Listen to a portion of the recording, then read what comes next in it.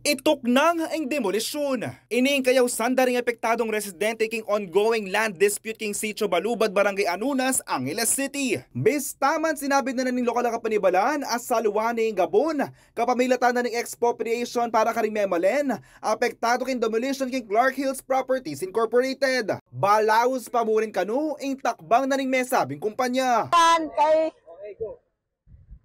Kami po ay nananawagan sa aming mahal na Mayor Carmelo Lasatin.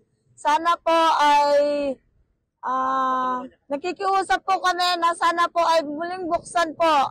Investigasyonan niyo po yung mga demolition na nagaganap po sa amin sa Barangay Anunas dahil na alam naman po ninyo na ang mga farmers ay may lehitimo mga dokumentong pinanghahawakan.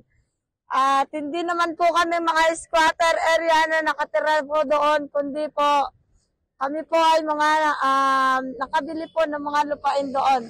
At sana nga po, Mayor, yung pinangako po ninyo sa amin na walang demolition na magaganap, sana po ay bigyan nyo po ng pansin at matulungan nyo naman po kami. Yan lang po panawagan po namin, mahal na Mayor. Maraming salamat po. May down lang silent protesting apektadong memalen na panimunan na ning Anunas United Farmers Settlers Descendants Association kintulid na ning Angeles City Hall kabang era pa nung Mayor Pogi Lasatin ding karelang tubog na ni Lunes a 12 na ning Pebrero. Ero pebusten lungog ding media kimilyaring pulong dapat agpangkaring metong karing akasabi na ning alkalde may nga kuya kanu ini eno lakwan king karelang laban. Peliwanag na naman kanung Lasatin ing step by step process na ning expropriation proceedings. Ayun po, okay naman po yung naging pag-uusap at sinabi naman po ni Mayor na expropriate nga po yung lupang kinatitirikan ng mga bahay namin. Then ayun po, nagsabi din po siya na mamayang 2:00 magkakaroon daw po ng medical mission at saka po ng relief goods operation po dun sa mga taga-Balubad. So ano po, inaasahan po namin na sana nga po lahat ng mga plano ni Mayor na ikabubuti ng Balubad ay matupad po. Nasara naman kanuring residente bitok nang naing problema. Ayun po, sana po yung sinasabi po ni Mayor, lalo na po sa kabahayan, pagbigyan na po ni Clark Hills para po matigil na din po yung ganyang kaguluhan at wala na rin pong masaktan.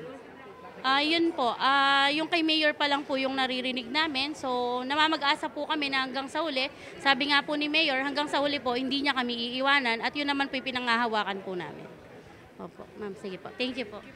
Samantala, king meging pasyag ng attorney Henner Endona, ang legal counsel na ng Clark Hills king CLTV 36 News, sinabi na nini na elamig violate king apisabi na ng LGU. Manyawad la naman kanong census barang abalo nung di rin kwalipikadong Medina relocation apektado king kanelang proyekto. Kaya beliyana kanila, uya kay JM De Jesus, kaya kayong talasuyong ating pusong makabalen.